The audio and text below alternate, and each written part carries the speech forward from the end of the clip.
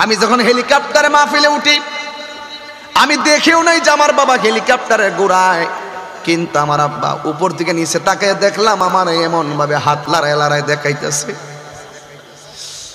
এখন ভিডিওটা দেখলে মনটা মানাইতে পারি না। আমি তো বুঝেছি এটা আমার বাবার হাত লড়ানো না, যেন আমার বাবা নিচেতে বলতেছে, বাবা ফি আমানিল্লাহ, ফি আমানিল্লাহ। এই দোয়া এখন আমার জন্য কেউ করে না। আমার বাবা আমার জন্য এমন দোয়া করেছেন, বাবা গো বাবা, বাবা গো বাবা। জানি না কার আব্বা নাই, এর কলিজা ফাইটটা যাবে আমার কথাগুলো শুনলে। বাবা গো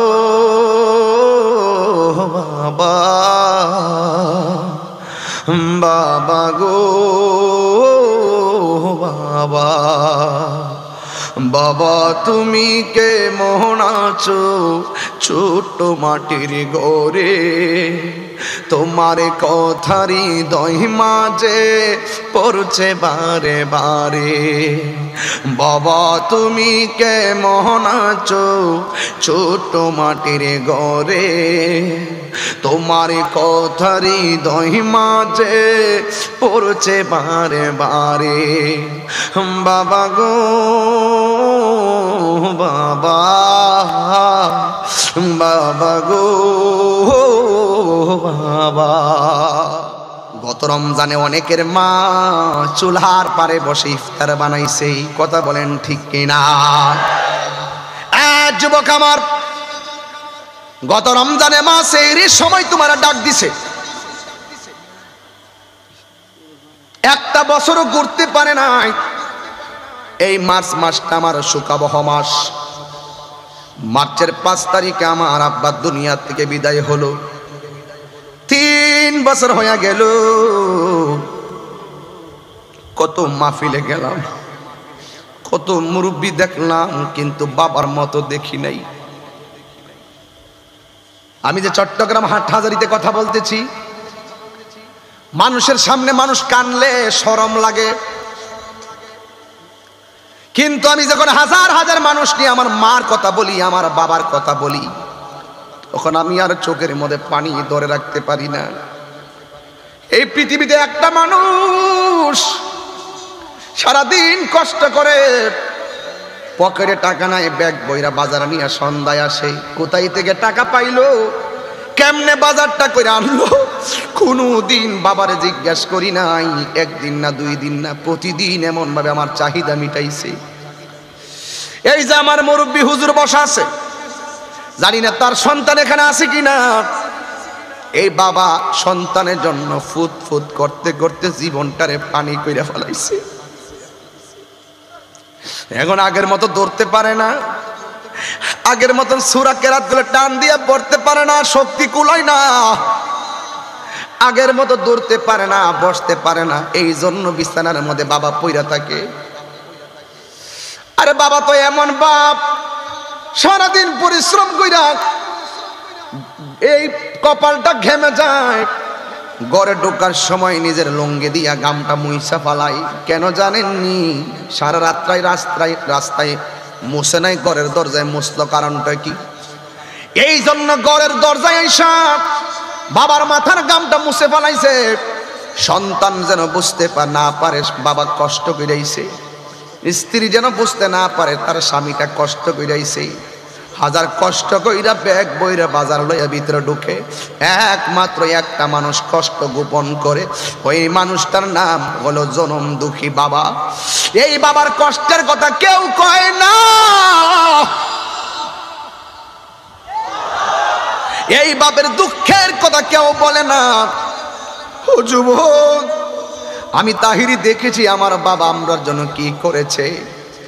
আমার বাবা বলছিল, পুত্রে তোদের হাতে লাঠি দেই নাই, হাতের মধ্যে কলম দিছি, কষ্ট করো, কোনো একদিন সুখের দেখা পাইবা। আজকে বাপটা চলে গেছে।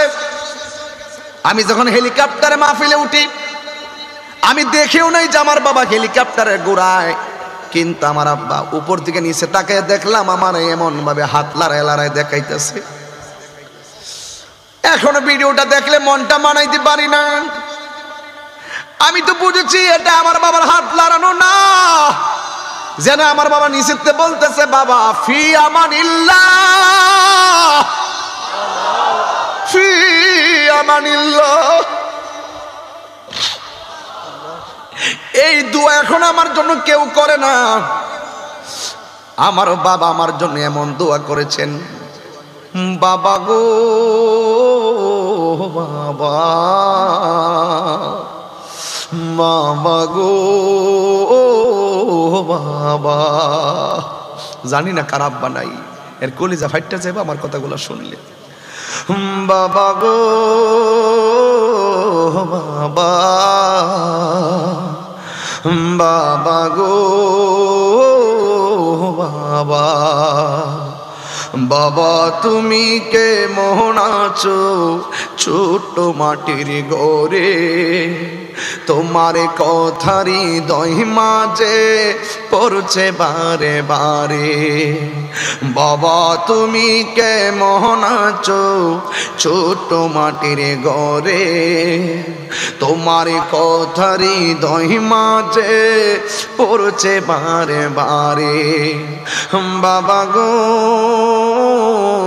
বাবা, বাবা গো বাবা। দেখেন দেখেন হুজুর, একটা চেহারা হাসি নাই, সব চেহারাগুলা মরে গেছে। প্রত্যেকটা পোলা তার মারে ভালোবাসে, প্রত্যেকটা পোলা তার বাপরে ভালোবাসে। যে ছেলেটার বাবা চলে গেছে সে পাগল হয়ে যাবে, যে ছেলেটার মা চলে গেছে সে পাগল হয়ে যাবে। কত আদর কত স্নেহ তোমার কাছে পেলাম, সব কিছু হারিয়ে আজকে নিঃস্ব হয়ে গেলাম। কত আদর কত স্নেহ তোমার কাছে পেলাম, সব কিছু হারিয়ে আজকে নিঃস্ব হয়ে গেলাম। ভালোবাসি তোমায় বাবা, বুকটা যে যাইছি রে। ভালোবাসি তোমায় বাবা, বুকটা যে যাইছি রে। তোমার কথা হৃদয়ে মাঝে পড়ছে বারে বারে। বাবা গো বাবা, বাবা গো বাবা, বাবা গো বাবা, বাবা গো বাবা।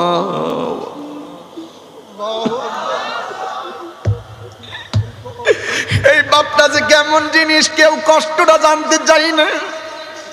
এই বাপটা যে কেমন সম্পদ, বাপটা কেমন বটগাছ সারা জীবন।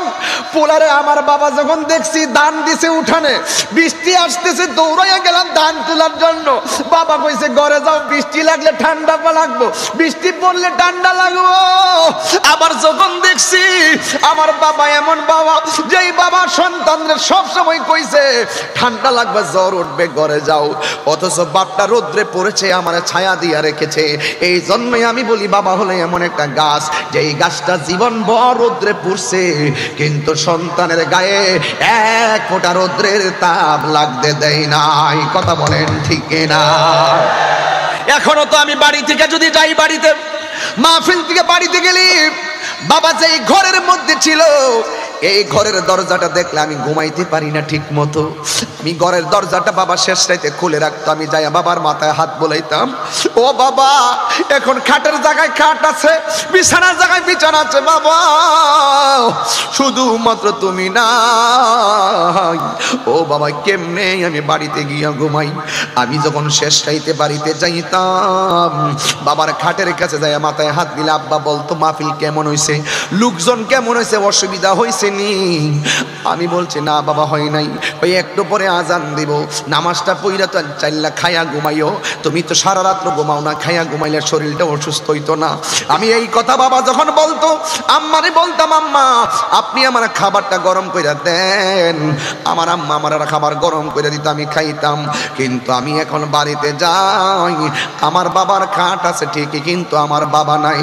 বন্ধুরে, ও হাটহাজারীর বাবা, আমার বাবা নাই। এই জন্য এখন রাতের বেলা বাড়িতে গেলে আর খাই নাই, চুপচাপ যায় নামাজ পড়ে ঘুমায়া থাকি। দরজাটা খুলতে কে যায় ধুকা, বাবা বুঝি বলছে এলে নাকি খোকা। দরজাটা খুলতে কে যায় ধুকা, বাবা বুঝি বলছে এলে নাকি খোকা। বুকের ভেতরটা নড়ে চড়ে ওঠে, চোখে বেজল নেমে আসে। শুধু মানে শুধু বাবা নেই, শুধু বাবা নেই, শুধু বাবা নেই। জানি ফিরে পাবো না হারানো তিথি, বাবা শুধু তাহিরির প্রেমে বাঁধা স্মৃতি।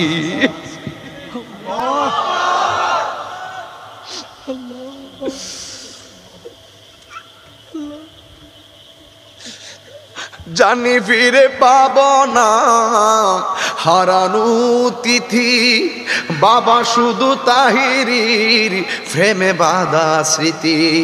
বুকের ভেতরটা নড়ে চড়ে উঠে, চোখ বেজল নেমে আসে। শুধু বাবা নেই, শুধু বাবা নেই, শুধু মানে শুধু মানে। এই সেই ঘর, এই সেই খাট, বিছানার পাশে আছে পানের বাটা, চশমাটা পরে আছে পাশে। শুধু মানে শুধু মানে শুধু মানে শুধু মানে। ওই যে আমি আয়াত পড়ছিলাম, হুয়া বিল ওয়ালিদাইনি ইহসানা।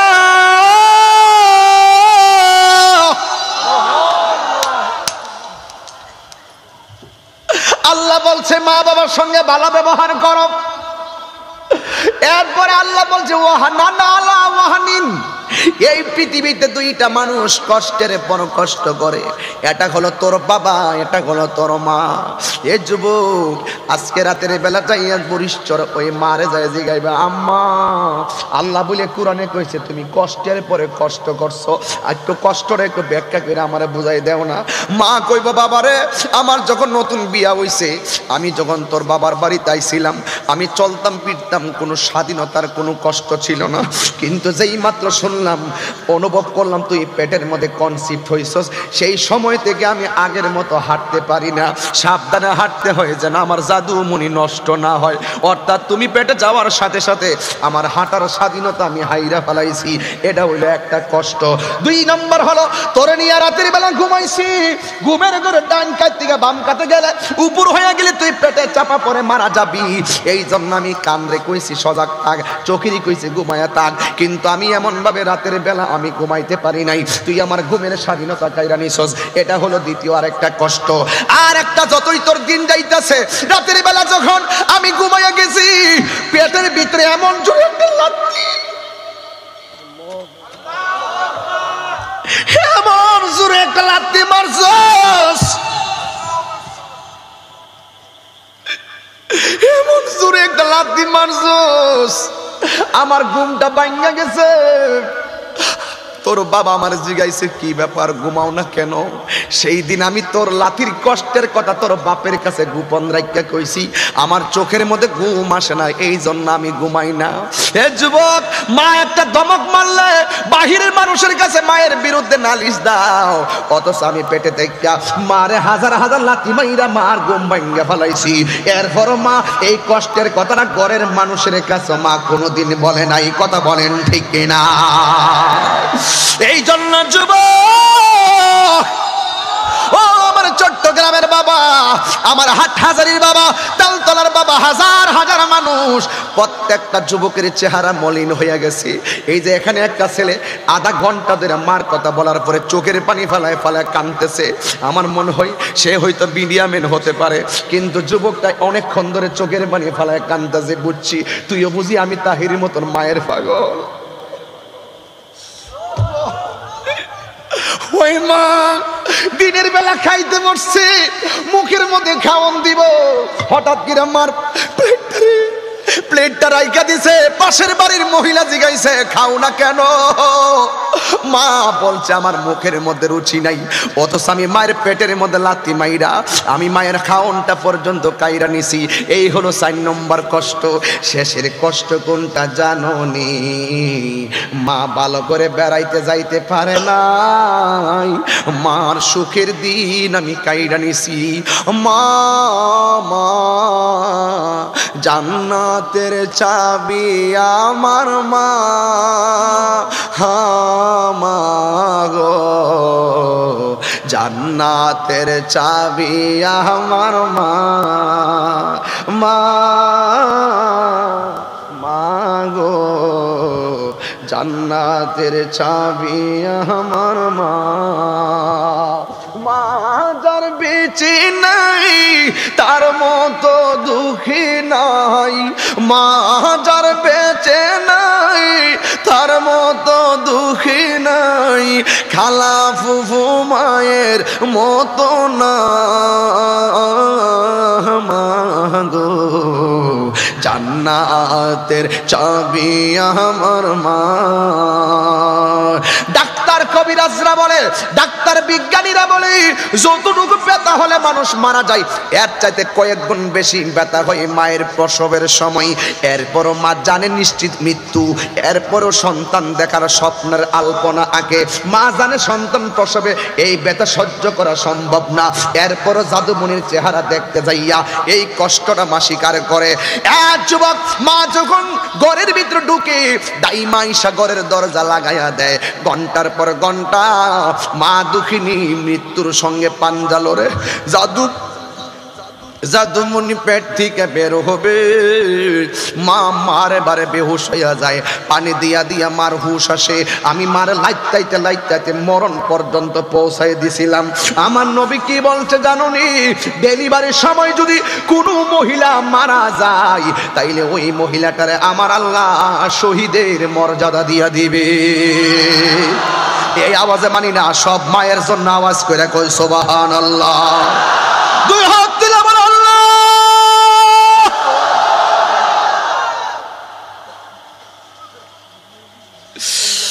মা দুঃখিনীকে আল্লাহ বাঁচায় রাখে দেয়, এখানে বাইচে থাকে।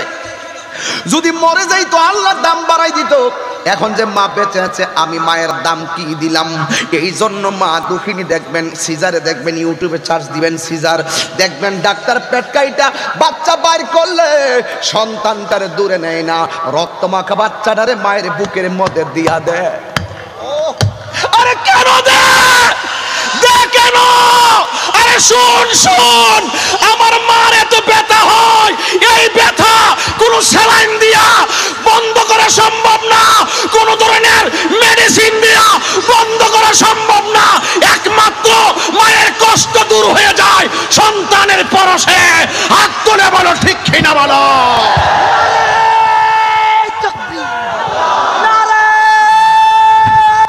আল্লাহ সহ্য করবে না মারে কষ্ট দিলে, মারে কষ্ট দিলে আমার আল্লাহ সহ্য করবে না। জবানটা খুলে বলুন, মারে কষ্ট দিলে আমার আল্লাহ কখনো সহ্য করবে না।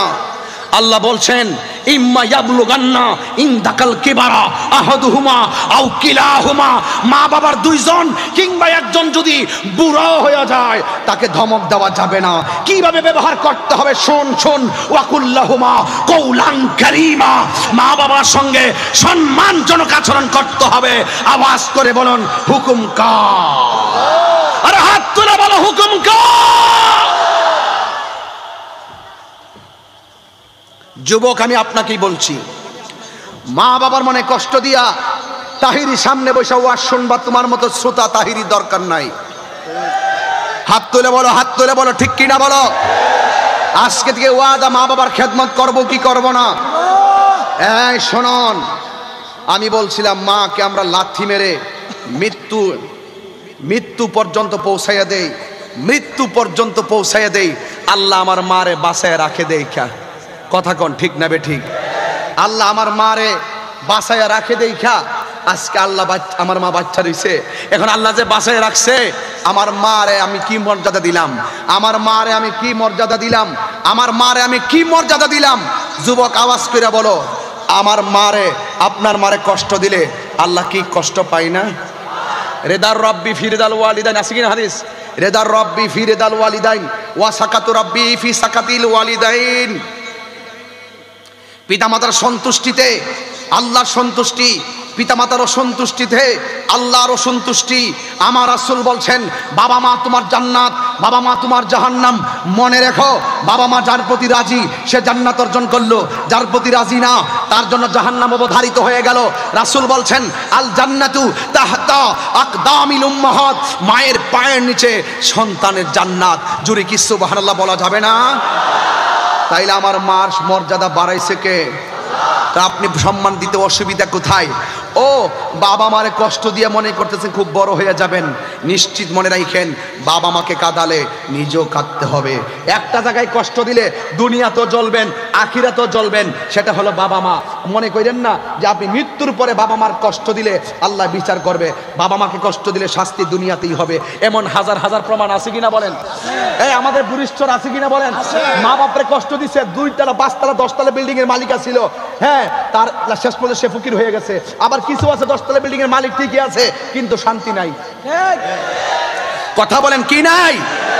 শান্তি। আমার মা শুটকি চিনেন আপনারা? পাটা চিনেন? পাটা শুটকি দিয়ে পেঁয়াজ দিয়ে মরিচ দিয়ে যে ভর্তা করে, মনে আছে কথাগুলা? কি মনে আছে? নাকি আপনারা পোলাও কুরমাই খান সব সময়? আমার মারে দেখছি পাঠার মধ্যে ভর্তা করছে, করার পরে ওই পাটাতনের উপরে ভাত রাখছে, ভাত রাখা একটা মোড় দিয়া ভাতটার ছোট ছোট গোল করে আমাদের হাতে দিছে। আল্লাহর কসম করে বলি, আজকে দেশি মুরগি খাওয়ালেন, আজকে গরুর গোশত দিলেন, আজকে সবজি দিলেন, কত খাবারই তো দিলেন, কিন্তু খোদার কসম কত জায়গায় ঘুরি, কিন্তু মায়ের সেই দিনের ভর্তার খাবারের মতো স্বাদ লাগে না। কথা বলেন না কেন? আরে আপনার পরিবার আপনাকে মাছ, বড় মাছ খাওয়াক না কেন, রুস্ট খাওয়াক না কেন, পোলাও কুরমা খাওয়াক না কেন, কিন্তু মায়ের হাতের শুটকির ভর্তার খাবারের মতো লাগে না।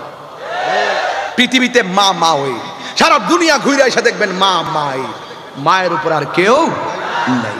চিৎকার মেরে কোন ঠিক কিনা? যেমন আমার চোখে দেখা, আমার বাড়িতে আমার ঘরের থেকে মাত্র 1 মিনিট লাগে, আমার এক চাচাতো ভাইয়ের মেয়ের অল্প বয়স 2টা কিডনি চলে গেছে। এবার বাংলাদেশ সবটা খুঁজছে কিডনি লাগানোর জন্য, কিন্তু কিডনি লাগাইতে পারতেছে না। শেষ পর্যন্ত মাদ্রাজ নিয়ে গেল, সেখান থেকে একটা কিডনি লাগাইয়া দেশে ফিরে আনলো। জিজ্ঞেস করলাম, ভাই এই কিডনিটা কিভাবে লাগালেন, পয়েন্ট মিলল কিভাবে, এটা কি ওই দেশে গিয়ে পেয়েছেন? তখন আমাকে বলল, ভাই রে, ওই দেশে যাওয়ার পরও কিডনি পাই নাই, কিন্তু একটা কিডনি লাগাইছি, বাচ্চার মা তার মেয়েরে একটা কিডনি দিয়ে দিছে। আগে মনে করতাম এগুলো কাল্পনিক, মনে হয় যেন ছবির মধ্যে দেখাইতো, একজনের চোখ একজনের দেলা, একজনের কিডনি আর একজনের দেলা, মনে হয় যেন এটা কাল্পনিক কথা, গল্পের মতন। কিন্তু আমি দেখলাম আমার গ্রামের ভিতরে 1 বছর আগের ঘটনা আর 3 বছর আগের ঘটনা। শুনেন, বাচ্চা হলো মায়ের পেটে, বাচ্চা হলো মায়ের পেটে, বাচ্চা হলো মায়ের পেটে। ডাক্তাররা বলতেছে বাচ্চা এমন একটা পজিশনে আছে, বাচ্চারে সেভ করতে গেলে বাচ্চার মা মারা যাবে, বাচ্চার মাকে সেভ করতে গেলে বাচ্চা মারা যাবে, উভয় সংকট। এবার বাচ্চার মার ওই যে শাশুড়িকে আনলো, ওর মেয়ের শাশুড়ি, আপনি বলুন আপনার বৌমার পেটের ভিতরে যে বাচ্চা, এই বাচ্চা সেভ করতে গেলে আপনার বৌমা মারা যাবে, আপনার বৌমাকে সেভ করতে গেলে আপনার নাতি বাচ্চা, পেটের বাচ্চা মারা যাবে, আপনি কি বলেন? তখন শাশুড়ি বলতেছে, আমার বৌমা যদি বেঁচে থাকে ভবিষ্যতে সন্তানের আশা করা যায়, আপনি চাই ঠিক আছে বৃহৎ স্বার্থে আপনি বাচ্চাটারে শেষ করে দেন, আমার মেয়েটারে বৌমাটারে বাঁচাই রাখেন, ঠিক আছে সিগনেচার করেন। সিগনেচার করলো, আবার আনলো ওই মেয়ের মাকে, আপনি তো মেয়ের মা, আপনি বলুন কি করতাম? তখন মেয়ের মা বলতেছে, আমার মেয়ে যদি বেঁচে থাকে আল্লাহ রহমতে আবার সন্তান হবে। আমার বিআইনের যেই কথা আমারও একই কথা, আপনি আমার মেয়েটারে সেভ করেন, বাচ্চাটারে মেরে ফেলেন। এই কথা বইলা কাগজ সিগনেচার দিয়া সুন্দর করে ওটিতে নিয়ে ঢুকাইছে। অপারেশন থিয়েটারে ঢুকলো, সাথে 2 জন নার্স ঢুকলো, আমার জানা ঘটনা। 2টা নার্স ঢুকলো, ডাক্তারও ঢুকলো। ঢুকার পরে এবার যখন অপারেশনের কাজটা শুরু করবে তখন পাশের ম্যাম ডাক দিয়ে কই, ম্যাম আজকে যে আমরা অপারেশনটা করব, এত বড় একটা দায়িত্ব নিতেছি, যদিও মেয়ের শাশুড়ি বলছে মেয়েটাকে সেভ করার জন্য, মেয়ের মা বলছে মেয়েটাকে সেভ করার জন্য, কিন্তু একটা বার যার পেটে বাচ্চাটা ধরছে তার একটু জিজ্ঞাসা করেন, অসুবিধা নাই তো, এক কথাই তো, তার একটু জিজ্ঞাসা করে, নাইলে পরে আফসোস করবে। তখন ডাক্তার বলে যে আসলে কথাটা ঠিক আছে, আসলে তো ঠিক আছে। তখন ওই মেয়েটারে জিজ্ঞাসা করে, বোন তোমার তো পেটে বাচ্চা, বাচ্চার পরিস্থিতিটা এরকম যে বাচ্চাটাকে সেভ করতে গেলে তোমাকে সেভ করা যায় না, তোমাকে সেভ করতে গেলে বাচ্চাটাকে সেভ করতে যায় না, এখন কি করব? তোমার শাশুড়ি বলছে তোমাকে সেভ করার জন্য, তোমার মা বলছে তোমাকে সেভ করার জন্য, তুমি কি বলো? তখন ওই মেয়েটা চোখের কোনা দিয়ে পানি ছেড়ে কয়, ও ডাক্তার, ও ম্যাম, বাচ্চাটা তো আমার শাশুড়ির পেটে না, বাচ্চাটা তো আমার মার পেটে না, এই বাচ্চাটা তো 10 মাস 10 দিন ধরছি, আমি ধরছি। ও ম্যাম, আমার মা যাই বলছে বলে যান, আমার শাশুড়ি যা বলছে বলে যান, আমার বাচ্চাটাকে বাঁচায় রাখেন, প্রয়োজনে আমারে মেরে ফেলেন। যেই দুঃখিনী মা, যেই দুঃখিনী মা হাই রে আমায় করেছে লালন, করেছে লালন, আমি কেমনে দিব ওই দুঃখিনী মায়ের দাফন, আমি কেমনে দিব ওই দুঃখিনী মায়ের দাফন। মাগো তোমার মতো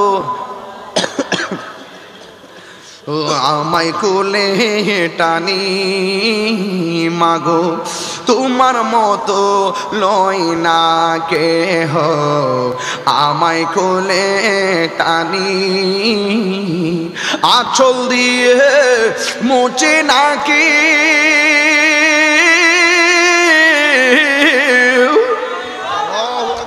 এই আপনি বিয়ে করছেন, আপনার স্ত্রী আছে, আপনার স্ত্রীকে মাঝে মাঝে তার বাপের বাড়িতে যাওয়ার জন্য সুযোগ দিবেন, মাঝে মাঝে আপনার স্ত্রীটাকে আপনার স্ত্রীর বাবার বাড়িতে যাওয়ার সুযোগ দিবেন। মনে রাখবেন, আপনি যেমন আপনার বাবা মায়ের প্রতি দুর্বল, আপনার স্ত্রীটাও তার বাপ মার প্রতি দুর্বল। আপনি যদি আপনার শ্বশুর শাশুড়ির ইজ্জতে আপনার স্ত্রীকে তার বাবার বাড়িতে মাঝে মাঝে পাঠান, আপনার স্ত্রীও আপনার নিজের বাবা মাকে সম্মান করবে। কথা বলেন ঠিক না বেঠিক? এই মানবতাটা ঘরে রাখবেন, ঘরটা সুন্দর হবে। বলেন, মাগো তোমার মতো লয় না কেহ আমায় কোলে টানি, আঁচল দিয়ে মুছে নাকি, আঁচল দিয়ে মুছে না কেউ আমার চোখের পানি, হাইরে মা জননী আমার, হাইরে মা জননী, হাইরে মা জননী আমার, হাইরে মা জননী, হাইরে মা জননী আমার, হায়রে মা জননী। যুবক, আরো 3 ঘন্টা বয়ান করলে কথা একটাই বলবো, মায়ের খেদমত। যদি আপনি মেনে যান আমার এই পর্যন্ত ওয়াজ, আমার ওয়াজের দরকার নেই। তবে একটি কথা বলতে চাই, আজকে থেকে ওয়াদা, কার কার মা নাই হাত তোলেন, হাত নামান। কার কার বাবা নাই আমার মতন হাত তোলেন। যে কোনো মাহফিলে যাই সবচেয়ে বেশি বাবা নাই মানুষগুলোই বেশি, হাত নামান। আজকে থেকে ওয়াদা করেন, আগামীকাল শুক্রবার বাবার কবর পারে যায়া চোখের পানি ফালাইয়া দোয়া করব, রব্বির হামহুমা কামা রব্বায়ানি সগীরা। সবাই বলেন, রব্বির হামহুমা কামা রব্বায়ানি সগীরা।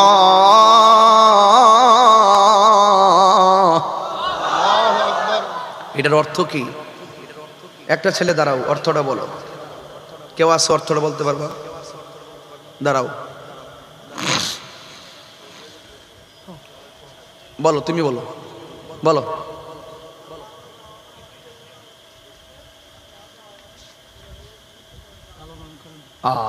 আপনি বলেন।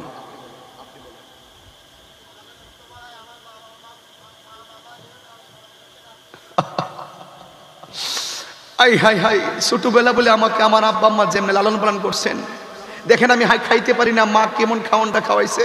মার বান্ডেতে আল্লাহ এমন দুধ দিছে, গরমের দিন গরম লাগে না, শীতের দিন ঠান্ডা লাগে না, এত নিয়ামত দিছে। মায়ের একদার দুধের দাম কাটিয়া গায়ের চাম, একদার দুধের দাম, একদার দুধের দাম কাটিয়া গায়ের চাম। পাপ সুবানাইলু ঋণ শুধু হবে না, এমন দরদি ভাবে আমার মা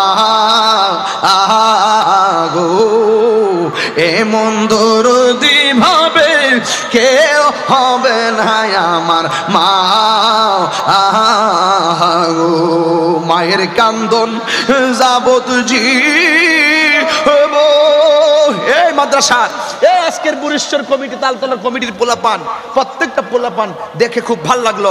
আমি যুবকদের এই ভালোবাসা দেখে এরার মাথায় যে কেমনে ঢুকলো যে তাহির হুজুর তো প্রত্যেক মাহফিলে 5 মিনিট 6 মিনিট মায়ের ওয়াজ করে, আজকে তাহির হুজুরের মুখ থেকে বেশি করে মায়ের কথা শুনবো। এই যে সিদ্ধান্তটা নিয়েছে, এতেই প্রমাণ করে এই পোলাপানগুলো মায়ের পাগল। আল্লাহ এই তালতলার আমার পোলাপানগুলোরে মায়ের পাগল বানায় দাও, আমিন কন। আজকের মাহফিলে যারা এসেছেন সবাই যেন মায়ের পাগল হয়ে যান, আমিন কন। আরে মায়ের কান্দন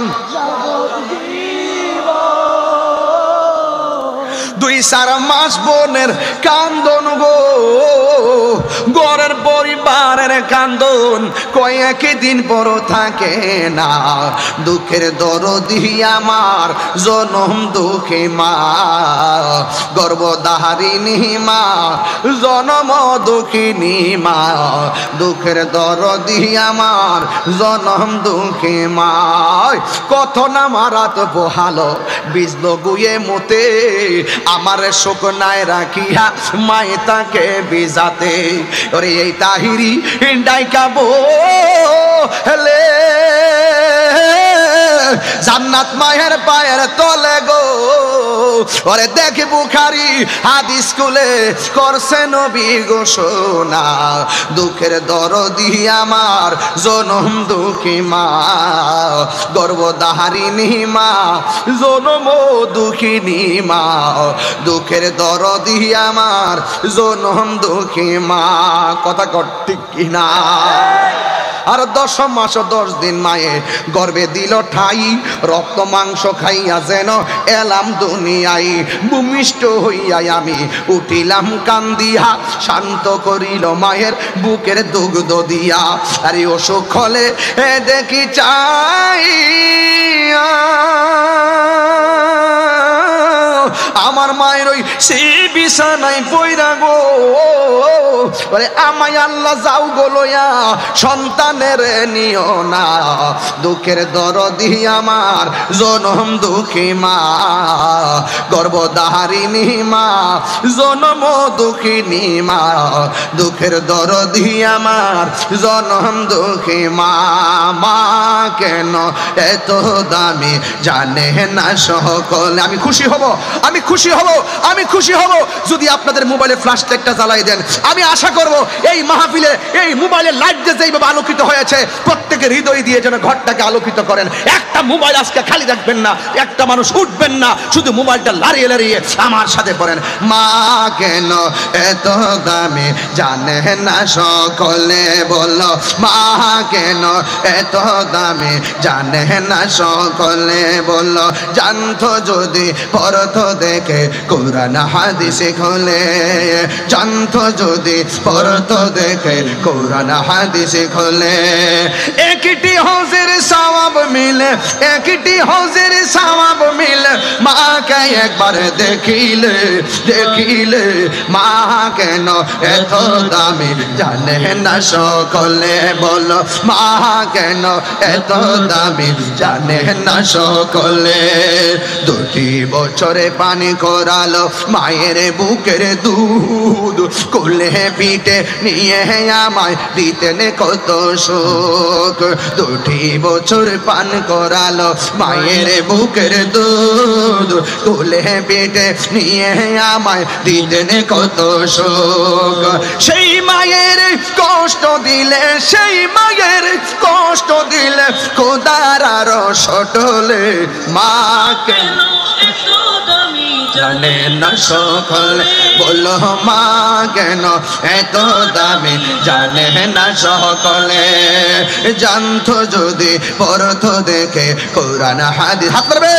আহাই একটি হজের সওয়াব মিলে, একটি হজের সওয়াব মিলে, মাকে একবার দেখিলে, দেখলে মা কেন এত দামি জানে না সকলে, মা কেন এত দামি জানে না সকলে। মায়ের প্রসবের কালে কত কষ্ট পায়, বেহুশ হইয়া পড়ে মায়ে আপন বিছানায়। সন্তানের নিয়া কুলে, সন্তানের নিয়া কুলে প্রসব ব্যথা ভুলে, মা কেন এত দামি জানে না সকলে, বলো মা কেন এত দামি জানে না সকলে। জানতো যদি পড়তো দেখে কোরআন হাদিস খুলে, একটি হজের সওয়াব মিলে, একটি হজের সওয়াব মিলে, মাকে একবার দেখিলে মা কেন এত দামি জানে না সকলে, বলো মা কেন এত দামি জানে না সকলে। মা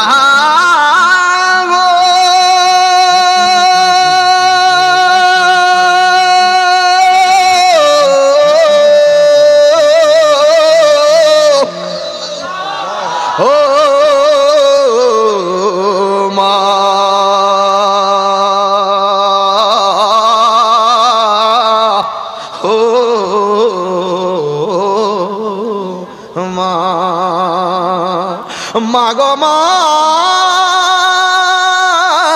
ও মা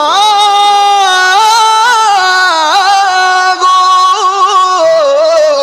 ও মা, ও মা। সাজিয়ে গুজিয়ে দে মোরে সজনী তোরা, সাজিয়ে গুজিয়ে দে মোরে, কন্যা সাজিয়ে গুজিয়ে আল্লাহ, সাজিয়ে গুজিয়ে দে মোরে, বড়ই পাতা গরম জলে শুয়ায়া মশারির তোলে, বড়ই পাতার গরম জলে,